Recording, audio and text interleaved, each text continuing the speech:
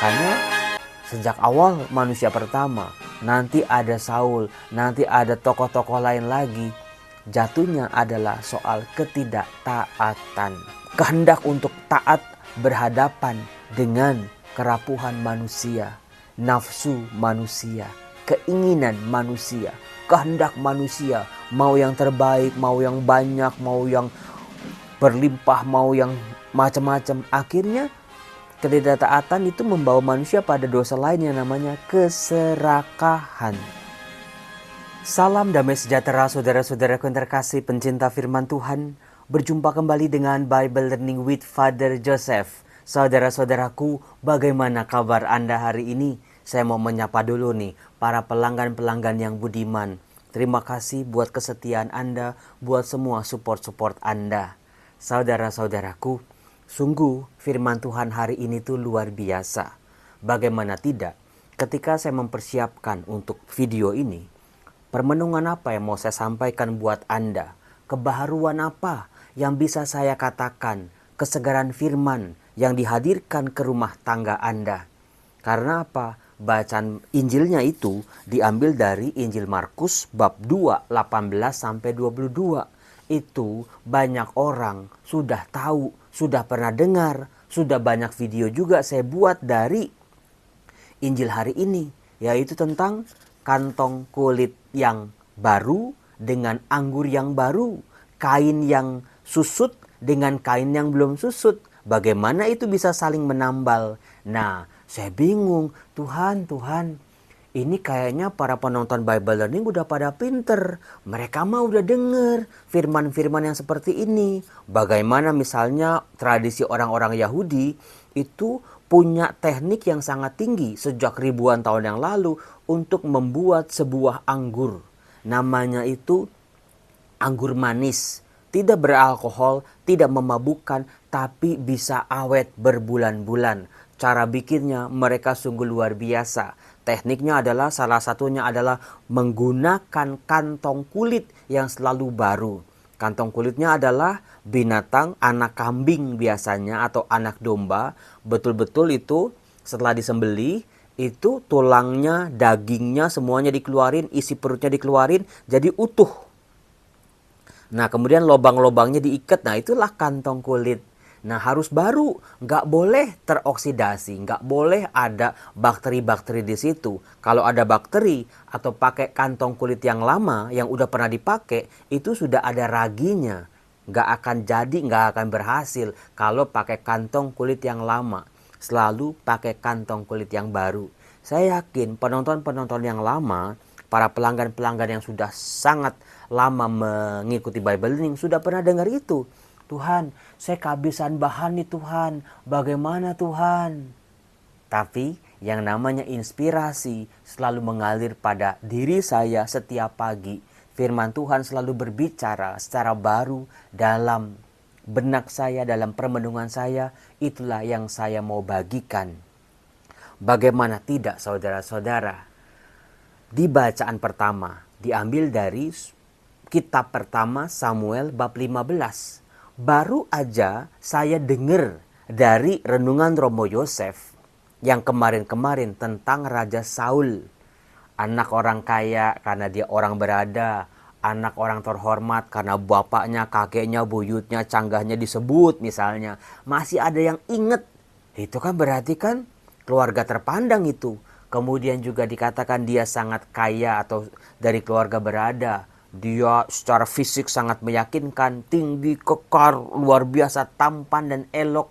Kemudian juga dia taat sama orang tua, sayang sama orang tua. Dia perhatian, dia sopan, dia tidak kehilangan fokus ketika digoda oleh perempuan-perempuan dalam perjalanan. Itu aja masih ingat. Tapi ketika hari ini dibacakan 1 Samuel bab 15. Bagaimana dikatakan Saul ditolak sebagai raja oleh Allah. Romo, saya jadi ingat Romo. Romo pernah bilang Saul itu adalah raja pertama buat orang Israel. Setelah masa hakim-hakim selesai, langsung mereka merengek minta raja. Allah sendiri yang menunjuk Saul untuk menjadi raja atas Israel. Samuel diperintahkan oleh Allah untuk mengurapi Saul menjadi raja. Pilihan Allah loh ini. Dan hebat luar biasa loh ini. Secara fisik, karakter, kemampuan itu udah paling keren. Tapi ternyata di 1 Samuel bab 15 ini Saul ditolak sebagai raja oleh Allah. Karena apa coba? Itu Romo, karena menjarah kambing domba orang-orang Amalek. Anda benar. Pasti sebelum mendengar firman Tuhan di Bible Learning, Anda sudah baca dulu nih kitab sucinya. 1 Samuel bab 15 ayat 16 sampai 23.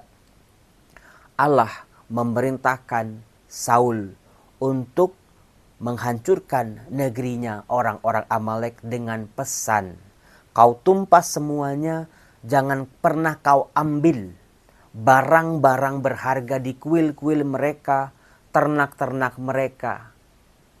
Harta benda mereka jangan kau ambil.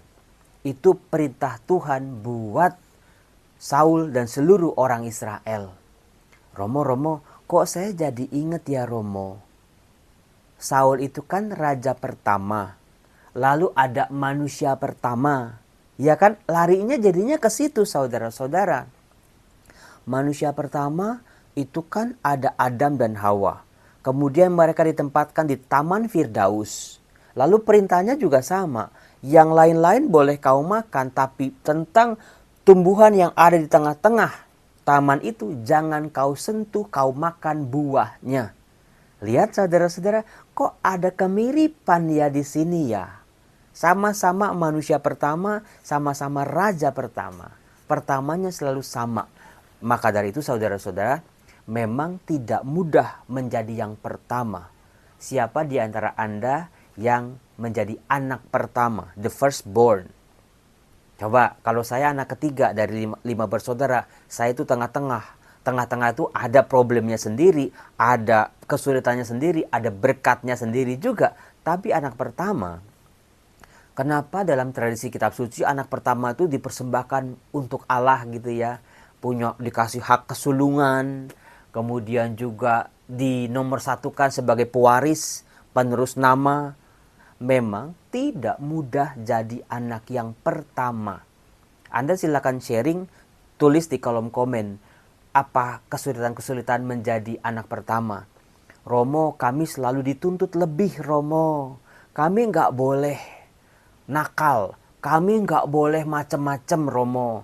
Karena orang tua selalu, kamu itu yang paling gede loh ya. Kamu itu harus jadi panutan untuk adik-adikmu. Nah ini dia. Kamu harus jadi contoh. Kamu harus jaga mereka. Kamu harus lindungi mereka. Yang paling ngeri dari kecil adalah kamu harus ngalah sama adekmu. Betul apa betul? Iya Romo, betul Romo. Jadi anak pertama tuh bikin susah sebetulnya. Nggak bikin seneng. Ya seperti itulah Adam, kemudian Saul. Masing-masing ada di posisi yang pertama. Dan mereka mengalami kesulitan mereka berdua, yaitu soal sulitnya untuk menjadi taat mendengarkan suara Allah. Bukan sekedar di situ saja saudara-saudara, lagi-lagi ada kemiripan.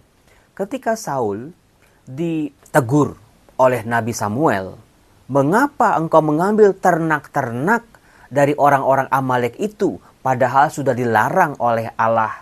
Lalu apa kata Saul? Coba saudara-saudara, itu ada di ayat 20. Aku memang mendengarkan suara Tuhan. Aku telah mengikuti apa yang disuruhkan Tuhan kepadaku.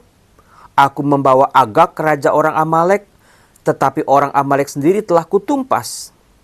Rakyatlah yang mengambil dari jarahan itu kambing domba, lembu terbaik dari yang seharusnya ditumpas itu.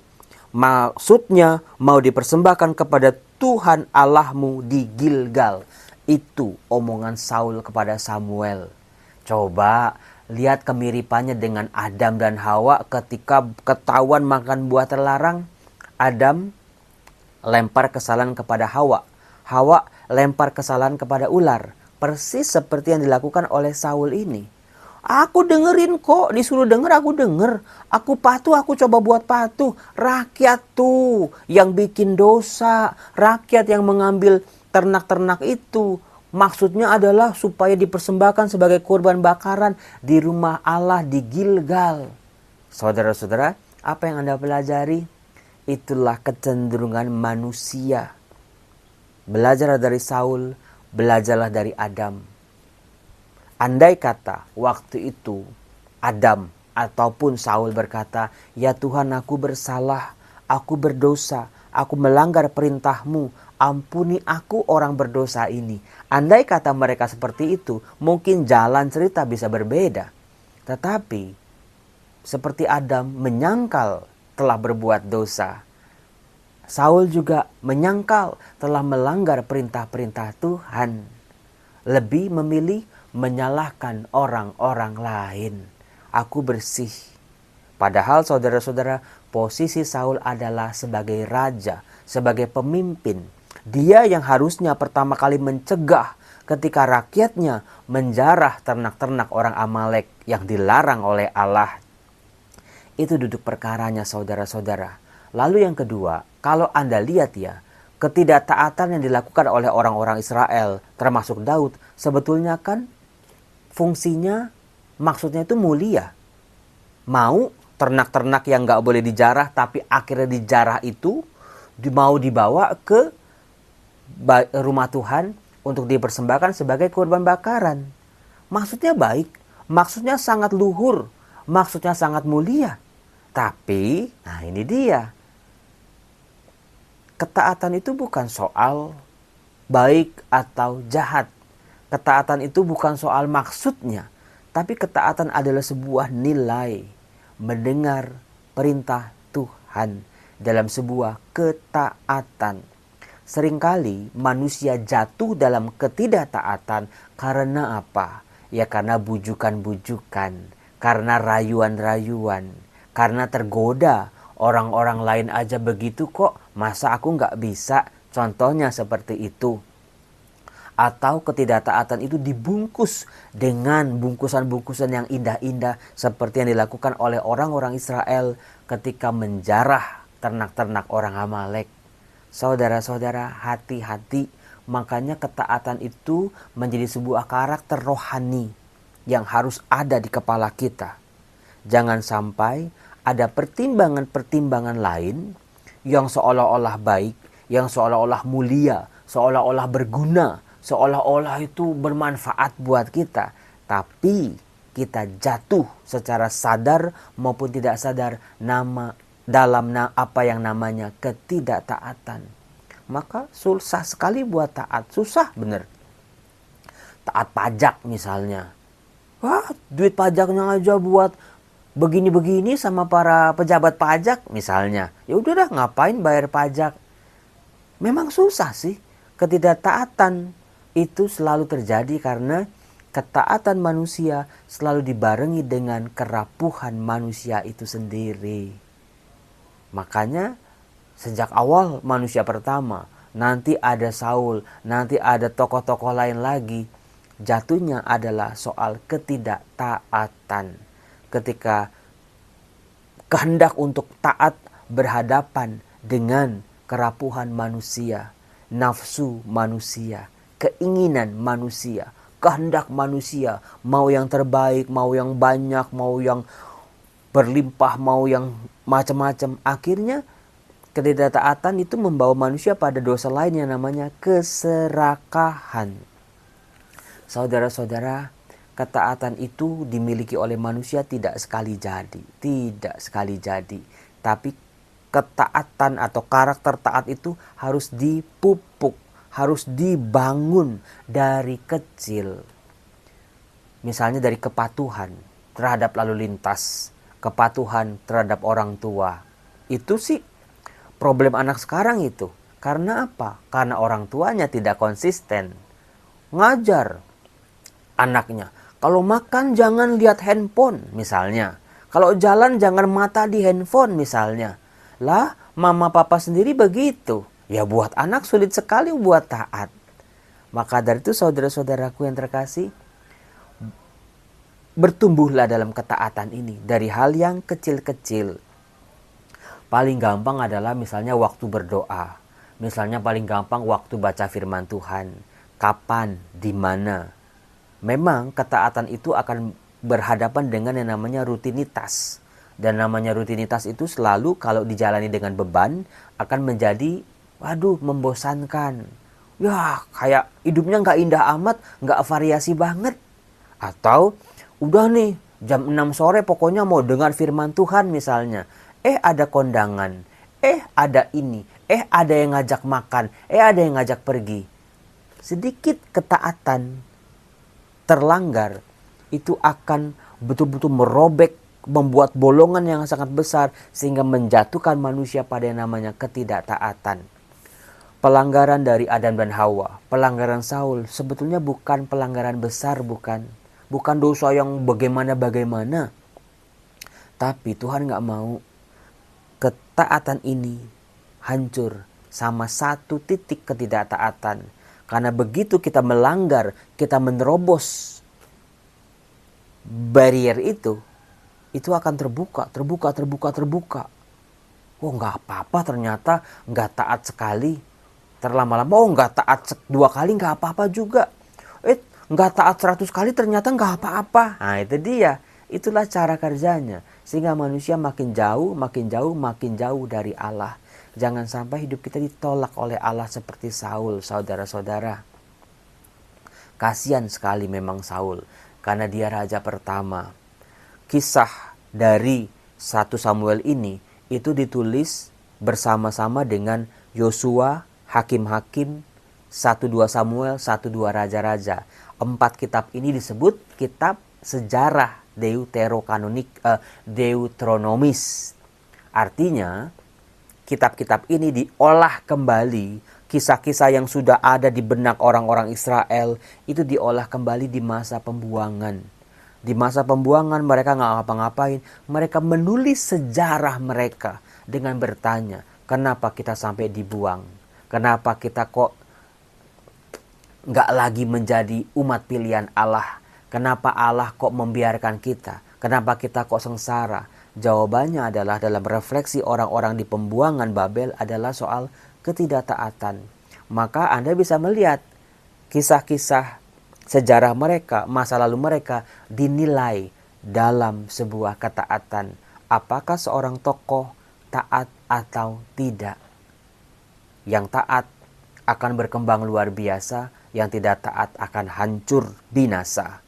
Saudara-saudara, mulai hari ini firman Tuhan yang kita dengar ini, kita mau taat sama Tuhan. Ya Romo, saya mau Romo. Seluruh hati saya, seluruh pikiran saya mau taat.